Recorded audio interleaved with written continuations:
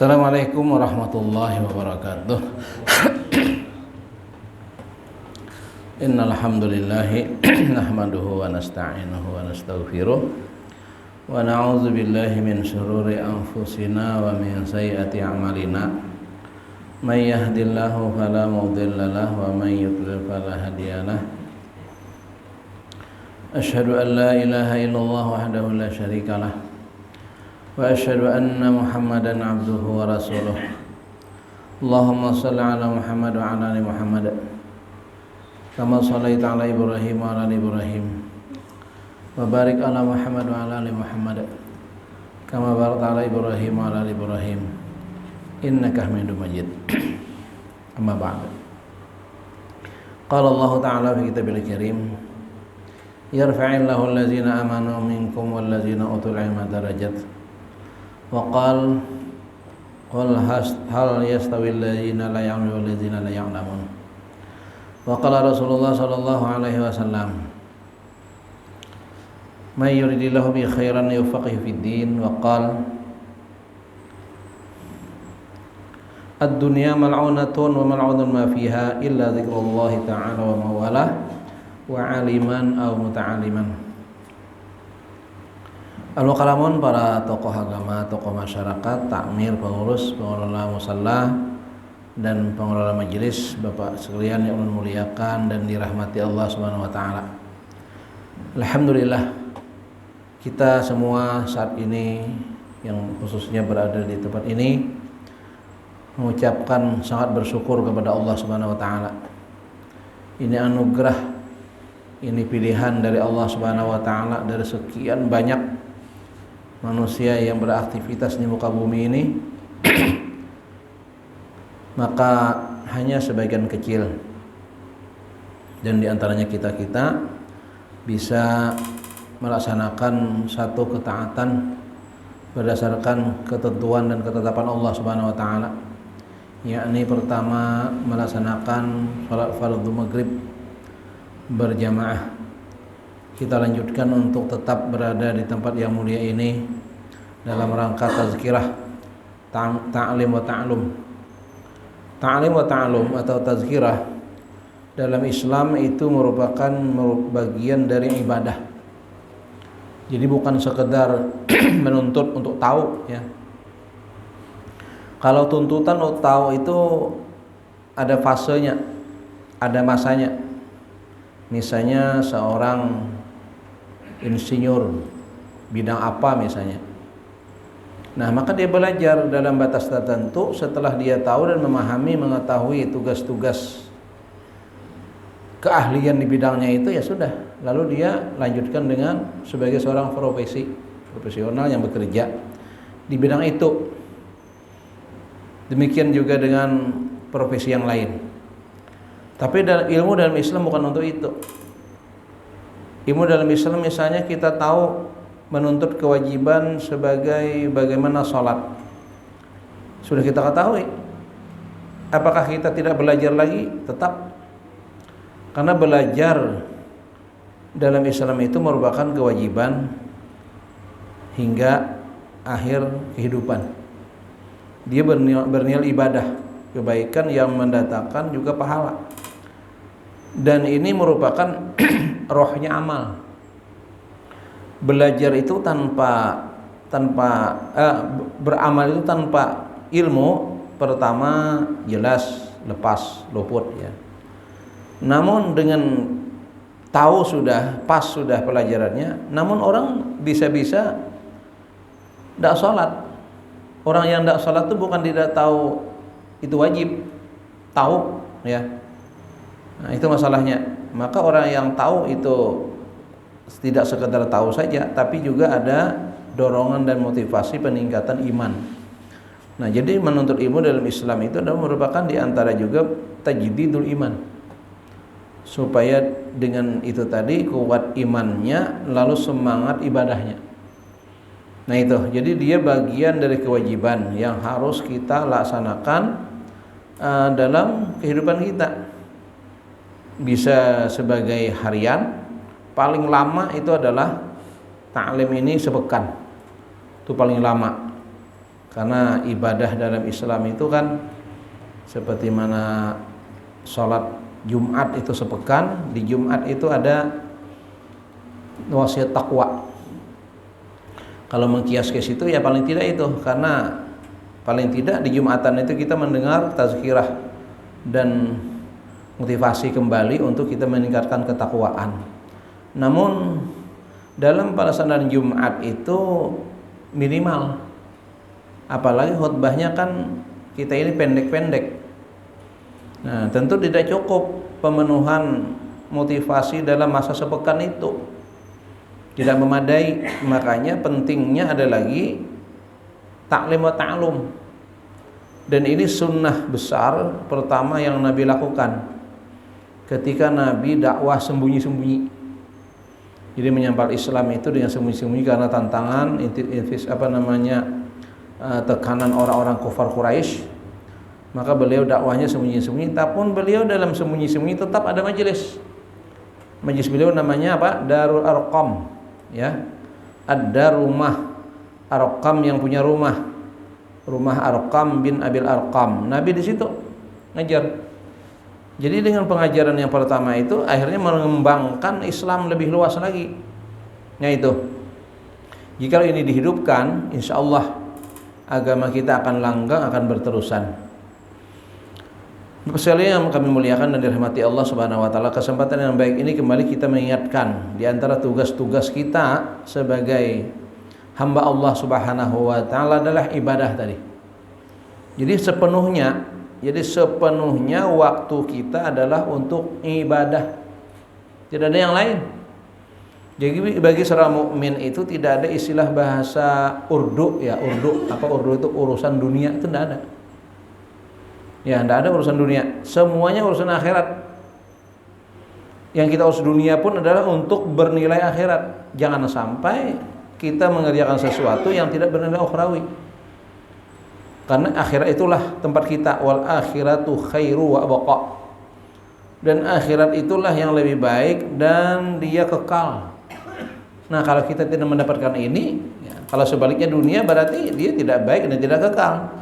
Semata-mata mencari dunia, rugi kita. Nah itu. Jadi kita berusaha untuk mendapatkan nilai-nilai ukhrawi itu. Nah, kalau nilai ukhrawi di sudut pandang ibadah mahdhah saja itu sangat singkat, simpel. Misalnya apa? Sembahyang 5 waktu. Sembahyang 5 waktu itu kalau kita kalkulasi waktunya dalam 5 waktu itu hanya kurang dari sejam. Satu salat misalnya 10 menit kurang lebih. 10.5 tambah doa-doa gitu kan, anggaplah 1 jam. Waktu kita 24 jam. Kurang 1 jam, masih 23 jam yang di situ ada tidurnya, di situ ada di pasarnya bagi pedagang, pegawai di kantor. Itu banyak itu. Nah, justru kita bagaimana menjadikan dunia kita tadi yang di pasar, yang di mana saja itu juga harus bernuansa ibadah. Kapan dia bernilai ibadah? Nah, tentu pertama innamal a'malu binniyat. Niat dia itu apa? Misalnya kita ambil dagang misalnya ya. Niat dagang itu apa gitu kan? Harus tahu niatnya itu. Nah, niatnya tentu untuk memenuhi perintah Allah dalam rangka di antaranya apa? Menafkahi keluarga. Karena memberi nafkah keluarga itu wajib hukumnya. Bahwa setelah kita punya tanggung jawab anak, istri ya, berarti kita punya kewajiban. Apa kewajiban kita? Memberi nafkah. Berarti kita berusaha tadi mencari nafkah. Terus bagi pelanggan kita tuh apa kita? Kita ta'awun dalam prinsip menjalankan ajaran Al-Qur'an, ta'awanu 'alal birri wat taqwa. Jadi orang berjualan itu niatnya adalah dalam menolong orang. Nah, kalau nolong itu kan ada culas. Nah, maka dipenuhi ilmunya pulang dengan ilmu dagangnya, ilmu syariat. Maka dikaji. Nah, ada kitabul buyu' dalam kitab fikih kita, fikih muamalah itu. Nah, itu akan jadi nilai ibadah. Sehingga dia menjalankan prinsip bisnisnya dengan cara syariat. Makanya ada istilah bisnis syariat kan itu kan. Nah, maka di situ jadi ibadah. Jadi pahala. Maka ajaran Nabi kita apa? At-tajiru saduqu amin ma'an nabiyyin was-siddiqin wasyuhada. Seorang pedagang yang jujur, ya, dia kelak bersama nabi, bersama para syuhada. Nah, nabiyyin was-siddiqin wasyuhada. Nah, dengan orang benar dan para syuhada. Itu di hadis riwayat Imam At-Tirmizi. Itu yang akan Allah berikan, dagang tapi ternyata bisa bersama nabi. Di mana itu? Jelas di surga. Nah, itu. Lalu misalnya ada orang yang bekerja di bidang apa? Sosial nih, di kantor lurah, jadi ketua RT, jadi di stuk capil, apa itu namanya itu?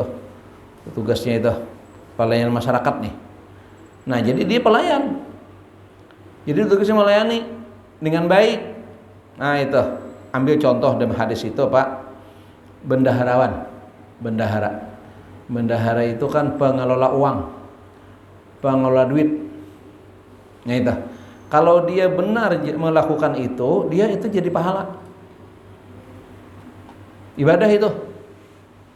Kalau benar sesuai dengan ketentuan aturan yang berlaku, kada pungli, kada culas, kada menggunakan duit orang dengan tidak benar. Itu contohnya gini, itu ada di mafhum hadis ya, kami sampaikan ini. Ini contoh ibadah. Jadikan ibadah jadian aktivitas kita apapun itu jadi ibadah supaya benar ila liya'budun itu tadi, supaya jadi pahala gawean kita itu. Contohnya nih, ambillah misalnya ada program beasiswa dan kita ditunjuk sebagai pengelola beasiswa itu. Nah, oleh pimpinan pian mengelola beasiswa tahun ini yang dapat sekitar 50 orang. Beasiswa dari apa misalnya? Nah, apakah Bank Kalsel, apakah mana gitu kan. Nanti kita dapat jatah sekitar 50 mahasiswa.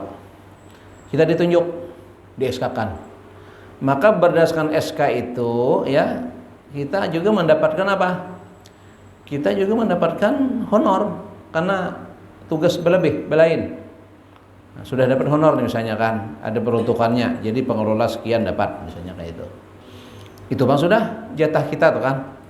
Dikelola dengan baik. Lalu karena supaya mudah menggunakannya pakai rekening sampian aja.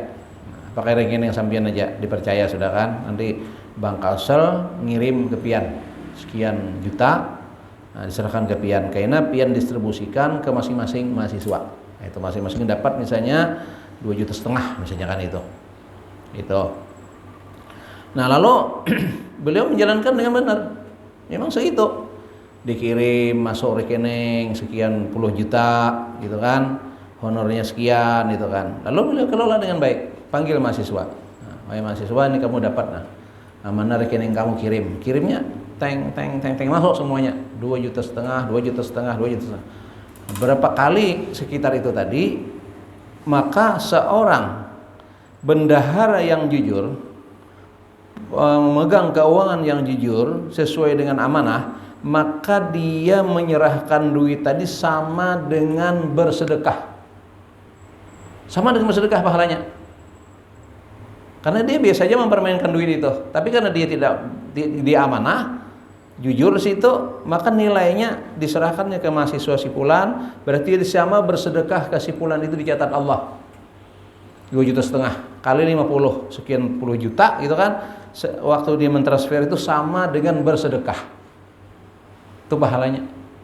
Kenapa? Dia amanah, dia jujur, sesuai. Beda misalnya anuai pulanlah ini ada uang administrasi, jadi kamu dapatnya cuma 2,1/4 juta. Padahal itu ada ketentuan seperti itu. Sidin aja nama nyunat gitu kan. Nah itu. Nah, si mahasiswa ini apa ada 2,1/4 juta tuh untungnya kan ada problem. Nggih jadinya. Ada Bapak. Nah, ini ada uang administrasi jar. Oleh si anu nih kan. Bisa kayak itu kan kadang-kadang orang. Nah, berapa itu mahasiswa berapa kali itu dapat dia? Maka pertama, nah akibatnya apa? Dia tidak dinilai sebagai bersedekah, tidak ada pahala sedekah, tapi dia dosa mencuri, pungli itu. memungut dengan cara yang tidak benar. Dia mencuri harta orang yang itu akan menjadi dosa.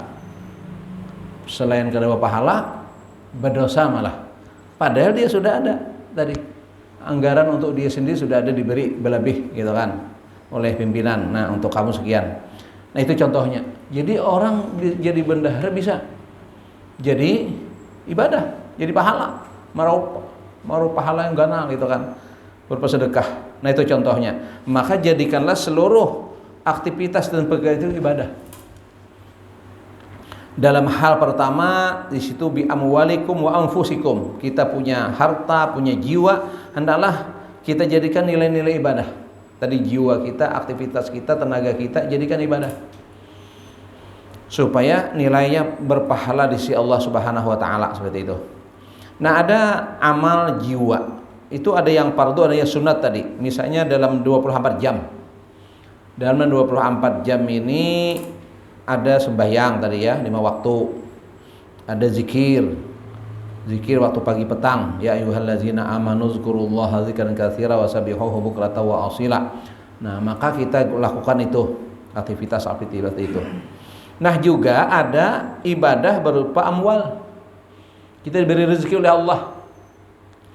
Semalam kita jelaskan pertemuan pertama setelah Ramadan itu tentang wa mimma razaqnahum yunfiqun ya. Jadi tanda-tanda takwa itu diantaranya orang yang menginfakkan rezeki. Nah, dan itu ada diperintahkan Allah dalam Al-Quran. Satu ayat sebelum ayatul kursi. Kalau ayatul kursi itu ayat 255, berarti itu ayat 254. Itu perintah itu. Ya ayyuhalladzina amanu, apa bunyinya itu? Anfiqu mimma razaqnakum. Infakkan. Jadi infak atas rezeki berupa amwal itu juga ibadah. Maka jadikanlah harta kita jadi ibadah. Itu akan bermanfaat. Itulah yang bermanfaat sampai di akhirat. Kalau tidak selain untuk itu, hanya sebatas setelah dimakan. Jar Nabi kita kan makhumnya yang dimakan itu jadi sampah dan yang dipakai jadi sampah. Tapi yang diinfakkan itulah jadi amal, pahala yang tersimpan kekal. Dan Allah mintanya ada banyak. Mengkias kepada zakat hanya 2,5% saja. Kalau sedekah ya bisalah sampai 10-20%. Bagus tuh. Ya. Jadi kalau ingin harta kita bertambah-tambah terus banyaki gitu kan. Nah, itu bisa dilakukan amal harian. Karena salat itu amal harian, wa yuqimunas shalah wa mimma razaqnahum yunfiqun. Jadi suatu amal harian, maka infak juga lakukan harian. Nah, maka biasanya hikmahnya apa? Masjid menyediakan celengan. Celengan tuh donasi. Itu bagus tuh. Supaya kita berapapun bisa masukkan di situ. Kado sarisi. Masukin aja. Yang angka 1 nolnya 2 kah? Yang angka 1 nolnya 3 kah? Nggak masalah. Atau angka 5 nolnya 2 kah? Masukkan itu. Insyaallah panitia menggunakan aja. Dikumpulkan nanti. Nah, itu. Jadi yang penting ada kita hari-hari mengambil berkah supaya jadi ibadah harta kita gitu kan. Ataupun macam-macam caranya selain infak itu bisa takdir kawan makan kan, ngundang orang makan ke rumah, macam-macam. Itu kalau kita punya harta bagus itu. Nah, untuk kita infakkan. Itu harian. Ada pekanan itu Jumat misalnya kan, ada Jumat, ada puasa sunat. Nah, dan juga termasuk kalau Jumat itu infaknya ditambahlah. Kalau hariannya kita misalnya 1.000, 5.000, 10.000. Nah, kalau Jumatnya 50 misalnya, yang main 10, 20, yang 5.000 bisa 10.000 gitu kan. Kan menggunakan Jumat sebagai sarana juga untuk meningkatkan ibadah kita. Nah, itu. Nah, lalu ada nanti bulan-bulan tertentu. Nih, seperti akan masuk yang akan datang. Ini kita di bulan haram ini. Ya. Nah, puncaknya di bulan Zulhijjah. Nah, di Zulhijjah itu ada amal-amal, ada amal apa namanya tenaga, itu haji itu kan, itu tenaga yang lebih mendominasi, juga amwal di situ yang diperlukan. Nah, dan kita ada dengan zikirnya takbiran kan, dengan zikirnya itu. Nah, itu jangan ditinggal itu. Semuanya harus bagian dari amalan kita. takbirannya ya takbir ya, baik individu sendirian banyak-banyak mengucap takbir mengagungkan asma Allah yang maha agung itu zikirnya. Lalu ada puasa sunatnya di hari Arafah. Nah itu ada puasa sunat di situ. Nah terus ya bagi yang berhaji gitu kan, ada di Mekah di sana puncaknya ada Arafah. Nah lalu ada secara amwal kita di sini adalah menyembelih hewan korban. Nah ini, jadi upayakan juga kalau kita ada jatah, ada target itu bagus. Jangan tidak ikut, jangan tidak ambil bagian gitu. Karena ini merupakan satu amal yang utama ya. Jadi kita hari ini misalnya menyembelih seekor sapi hari ini sendiri, tidak ada orang yang terlibat. Kita bagi habis semuanya sampai ke tulang-tulangnya, kita bagi, kita kadang menyimpan, kadang ambil sedikit pun. Beda nilainya dengan yang kita sembelih pada ayamun nahar. Walaupun hanya seekor kambing atau 7 sapi yang kita ambil sepertiganya ya, atau mengambil beberapa kilo lah jatah untuk pekorban biasanya tidak masalah, itu lebih besar nilainya. Kenapa kita menegakkan syariat di situ? Karena syariat berkorban itu ada di ayamun nahar, tidak ada di luar itu. Ayamun nahar hari 10 Zulhijjah setelah salat Id. Jadi 10 Zulhijjah itu penyembelihan setelah salat Id ya. Kalau hari tasyrik itu silakan mulai pagi sampai hari 13. Nah itu ayamun nahar. Maka di hari itu kita dianjurkan, disunahkan ibadah berupa amwal di situ untuk apa? Min sya'airillah. Jadi itu bagian dari syiar agama Allah Subhanahu wa taala. Menunjukkan bahwa kaum muslim ini adalah orang yang peduli, yang memang semua syariat Islam itu peduli semuanya ya. Nah ini kita akan tunjukkan bahwa kita adalah memang umat yang sangat peduli kepada sesama kita itu. Ketika Ramadan kita dengan zakat fitrahnya, yang kaya dengan zakat malnya, yang korban dengan dagingnya gitu kan. Nah itu menunjukkan kaum muslim ini menunjukkan bahwa mereka adalah umat yang peduli dalam komunitas sosial dan kejamaahan seperti itu. Nah, lihat, biar aja orang menuduh macam-macam dengan Islam itu macam-macam ya, kekerasan, teroris. Tidak. Kenyataannya kita tidak seperti itu. Nah, kita tampilkan dalam amaliyah. Nah, jadi kita yang terlibat berarti kita termasuk yang mensyiarkan agama Allah yang penuh kasih ini ya rahmatan lil alamin. Berupa apa tadi? Berbagi hewan korban itu. Nah, jadi sempatkan kita kalau kita punya gitu kan dengan beberapa ketentuan. Ini kita mengulang-ulang mengingatkan karena sampai masanya kan memotivasi kembali. Jadi ada hadis Nabi SAW dan hadis ini sifatnya ancaman ya. Jadi kada fadilah ini. Ya sifatnya ancaman langsung. Ya kalau fadilah itu penjelasannya. Ini sifatnya ancaman. Apa kata Nabi SAW? Ada 2 redaksi hadis ya yang sifatnya itu ancaman.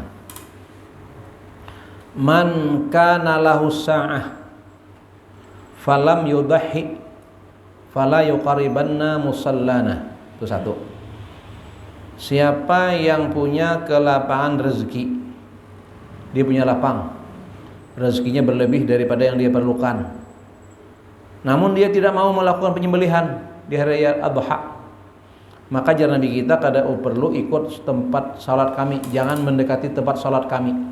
Musalla adalah tempat salat orang banyak. Jadi musalla istilah di hadis itu ada, di hadis itu bahasa musalla ya. Ada cerita Nabi menghukum rajam kepada seorang yang berzina di musalla. Ada bahasa di hadis seperti itu. Jadi makna musalla di situ adalah tanah lapang yang luas, tempat sholat. Pertama difungsikan untuk hari raya ya. Yang kedua tempat sholat jenazah yang memerlukan banyak orang, dan yang ketiga tempat hukuman rajam atau qisas. Itu sebutan beberapa redaksi hadis disebut dengan musalla, fi musalla gitu kan. Nah, jadi situ tempat sholat untuk banyak orang adalah sholat Id. Jadi hari raya Adha sembahyang Id. Tapi orang itu lapang rezeki, namun ia kadang menyembelih hari itu, jangan bikin dosa gini hari raya. Dosa umpatan. Nah itu karena identik Adha itu hari raya menyembelih. Bagi yang bisa menyembelih hari rayanya dengan sembelihan. Itu kan. Jadi dua rangkaian di situ. Fasholli li rabbika wanhar. Salat dan kurban. Itu kan. Ternyata dia kada berkorban padahal sanggup. Bejar Nabi kada usah sembahyang sama sekali. Nah, itu bahasanya. Sederhananya begitu. Satu itu. Yang kedua, man kana law sa'atan falam yudhi falyamut insya'a yahudiyan wa insya'a nasraniyan. Seorang yang punya kelapan rezeki di adha dia tidak menyembelih, maka silahkan mati milih apakah mati Yahudi atau mati Nasrani. Artinya kada ada kesempatan dalam Islam. Sementara kan wala tamutunna illa wa antum muslimun. Kita tuh hendaklah mati dalam keadaan Islam. Tapi ternyata di sini Nabi katakan dia tidak dalam Islam. Dia bisa masih Yahudi atau Nasrani. Nauzubillah. Kepada siapa? Mereka yang punya kelapan rezeki. Nah, lapangan rezeki ini dijelaskan para ulama mazhab, itu kan ketentuannya gimana? Sa'ah ini. Kalau dalam mazhab Imam Syafi'i rahimahullah ta'ala, beliau menjelaskan bahwasanya sa'ah itu adalah orang yang dalam ayamun nahar dia punya makanan cukup untuk keluarga.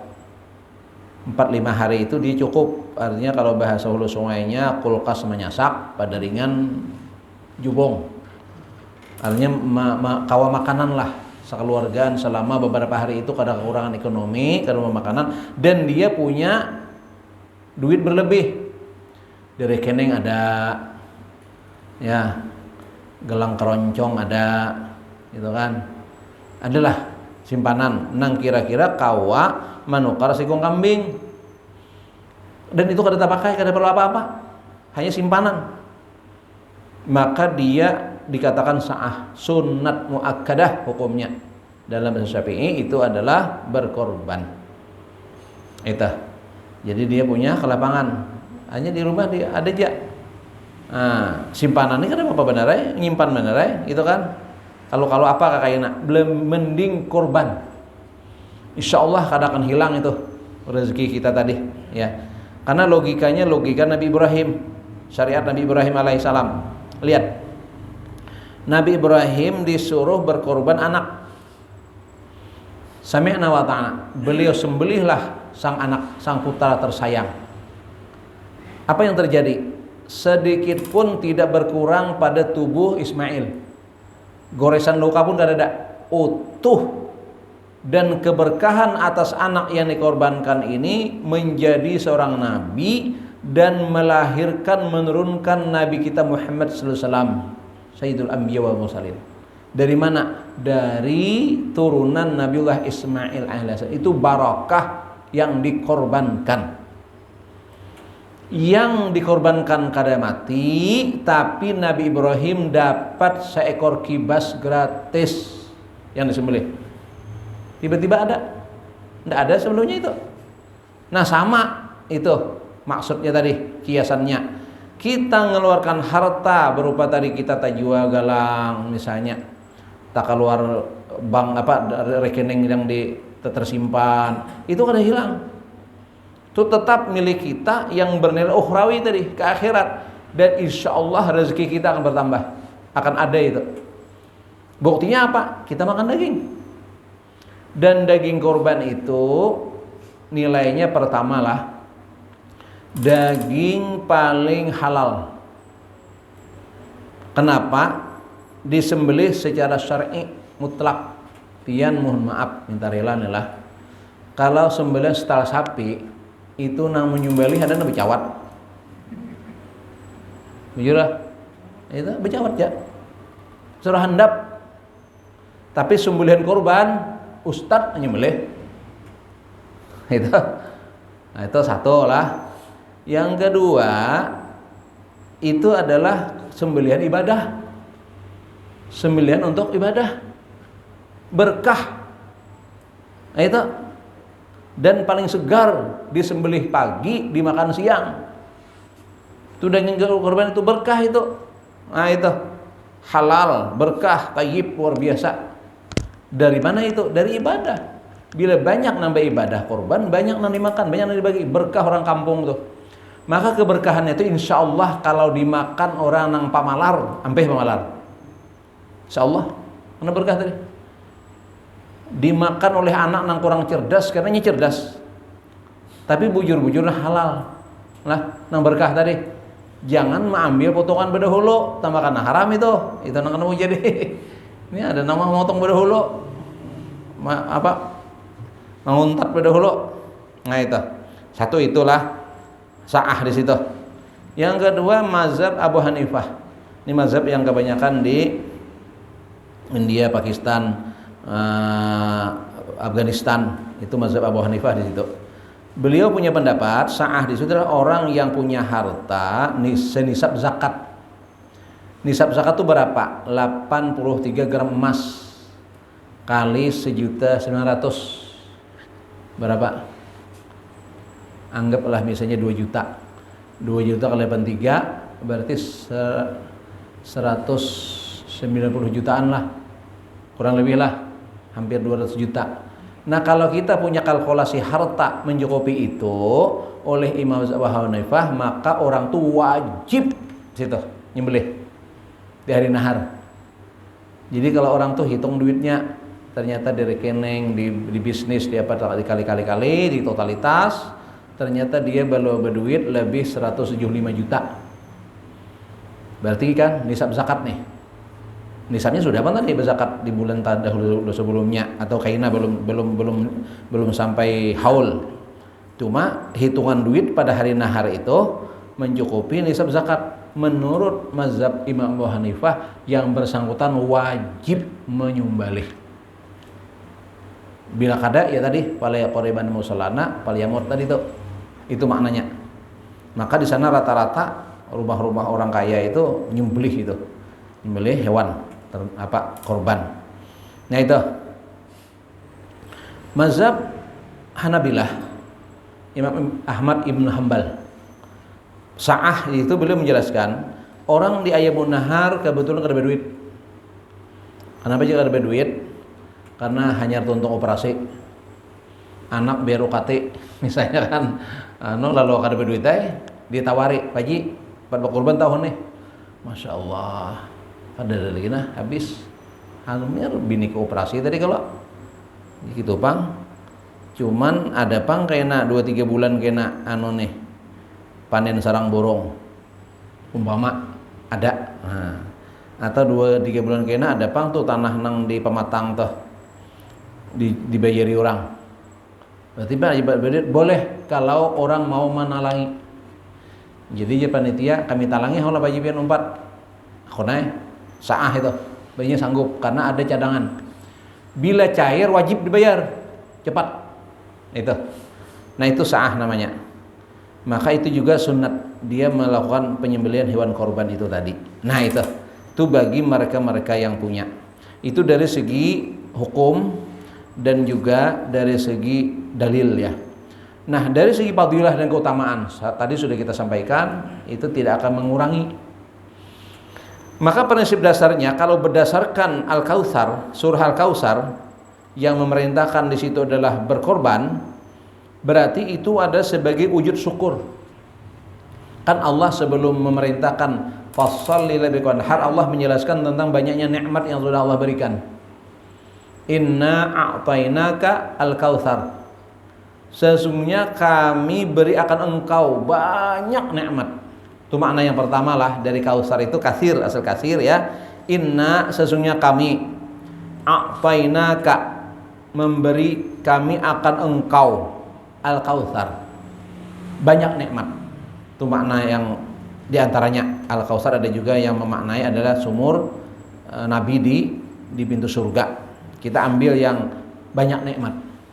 Jadi Allah menyebut bahwa nikmat telah banyak Allah kasih pada Nabi, kepada kita, itu kan banyak, bahkan tidak bisa dihitung.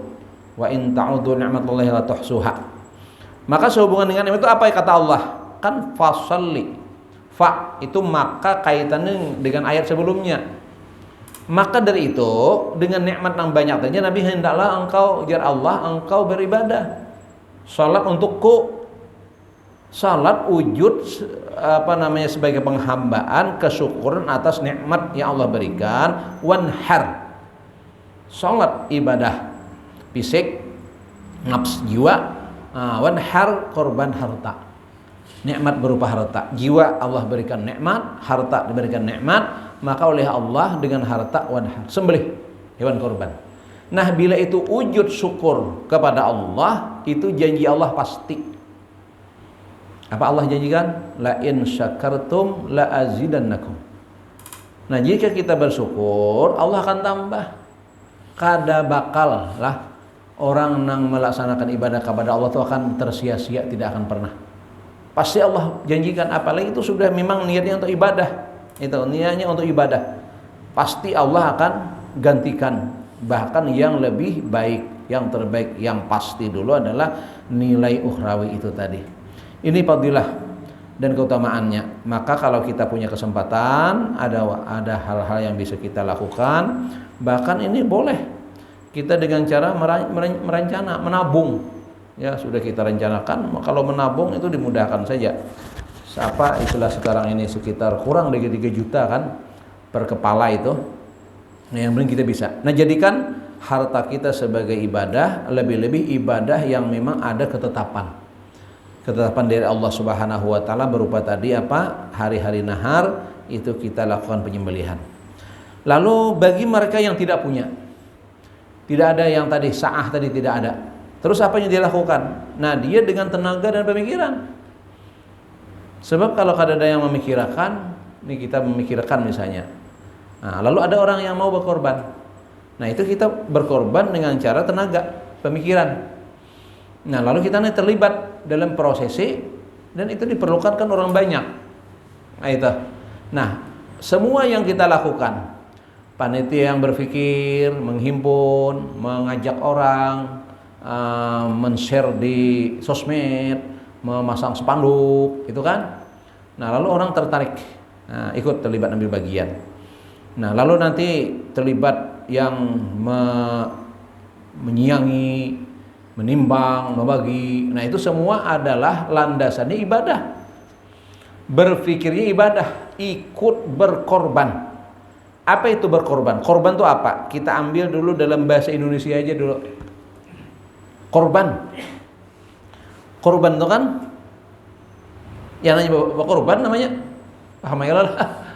Apa itu korban? Ya berkorban. Berkorban itu sesuatu yang ada pada kita berikan. Itu korban namanya. Itulah berkorban. Itu dalam bahasa kita. Bahasa Indonesia. Korban bahasa Arab lain pulang. Qaraba yuqribu qurbanan. Taqarrub. Usaha untuk taqarrub, dekat kepada Allah, supaya kita lebih dekat kepada Allah Subhanahu wa taala. Caranya ya berkorban. Dalam bahasa Indonesia tadi, para nabi berkorban. Mereka dekat dengan Allah Subhanahu wa taala. Nah, itu. Jadi prinsipnya itu. Mohon maaf, jangan pernah berpikir mengambil keuntungan. Berharap oh ini pajang dapat tulang nih, pajang dapat daging nih. Itu kan itu prinsipnya nak cari untung orangnya.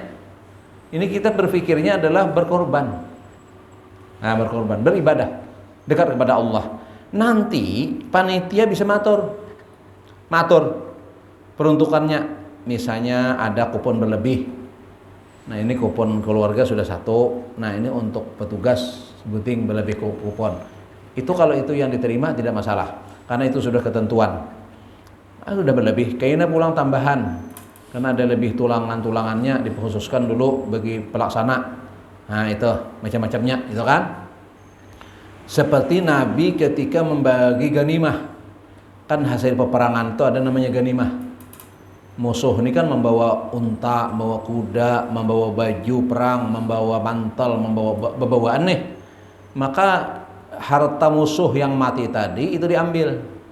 Itu namanya ganimah. Setiap ganimah itu dikumpul, ditumpuk.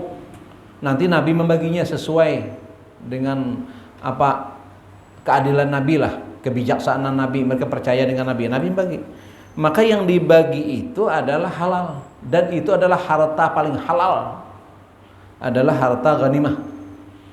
Nah, itu maka mereka semangat perang itu diantaranya ya tadi akan dapat ganimah. Apalagi musuh-musuh ini orang-orang dari kaum pembesar yang mereka punya banyak harta gitu kan. Kalau kita menang pasti dapat nanti dapatan gitu kan. Nah, ada seseorang yang ketika yang sasaran dibunuhnya dia adalah pembesar Yaman, yang orang kaya, yang punya mantel mahal dari kain yang mahal. Dia tahu ini barang mahal. Nah, disimpannya berdahulu.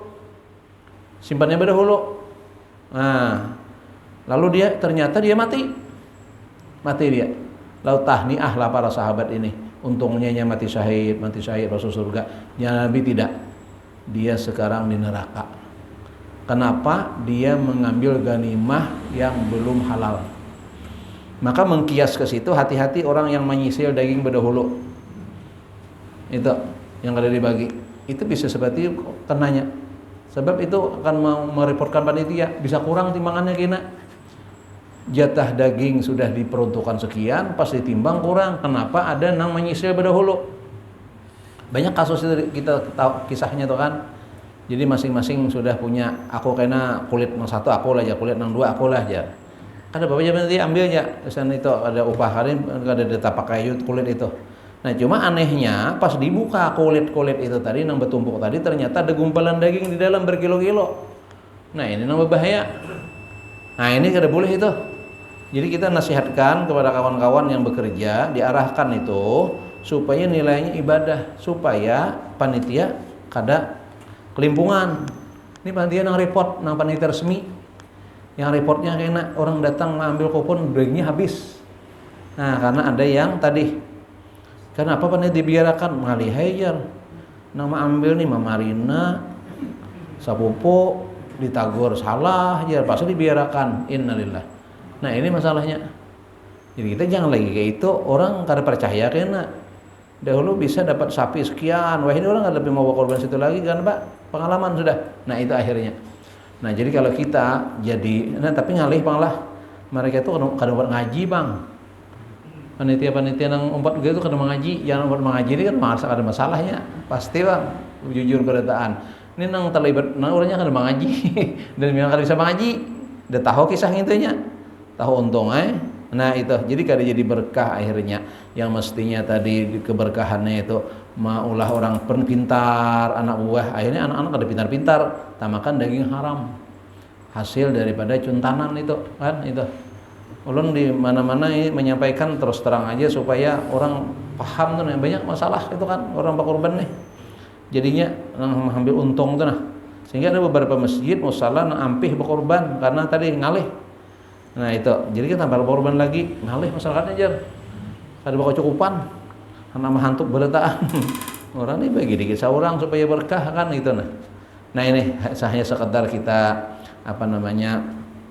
memotivasi, mengingatkan agar waktu-waktu kita, ya harta kita, waktu kita jadi nilai-nilai ibadah di sisi Allah SWT. Jadi semuanya akan kita rasa sebuah keberkahan, yang itulah nanti yang akan kita rasakan di akhirat. Mudah-mudahan demikian. Ulun ucapkan terima kasih atas waktu dan perhatian.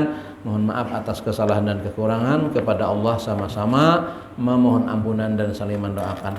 Subhanakallahumma bihamdika asyhadu an la ilaha illa anta astaghfiruka wa atubu ilaik. Assalamualaikum warahmatullahi wabarakatuh.